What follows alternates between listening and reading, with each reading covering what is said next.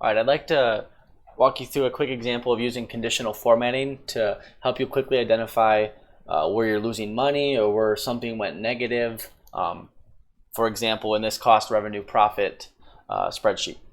So what I like to start with is I'm going to go ahead and highlight everything where I'm going to have data. So I'm basically highlighting everything, there's stuff in it. And then I'm going to go up into the format button and go to conditional formatting.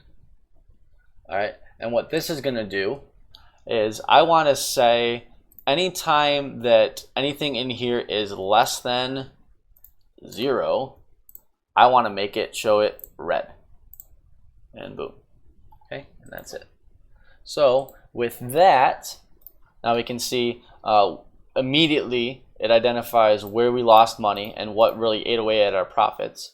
And if for some reason, I suddenly had a sale and I lost a ton of money because I sold something that were way cheaper than I bought it for example, looks like I made a lot of revenue from these V-necks. Well, what if they suddenly were selling for $1 instead of $20, right? Well, that's obviously going to take away more of my money and more of my profit, and you can see it highlights it everywhere on here where it went negative.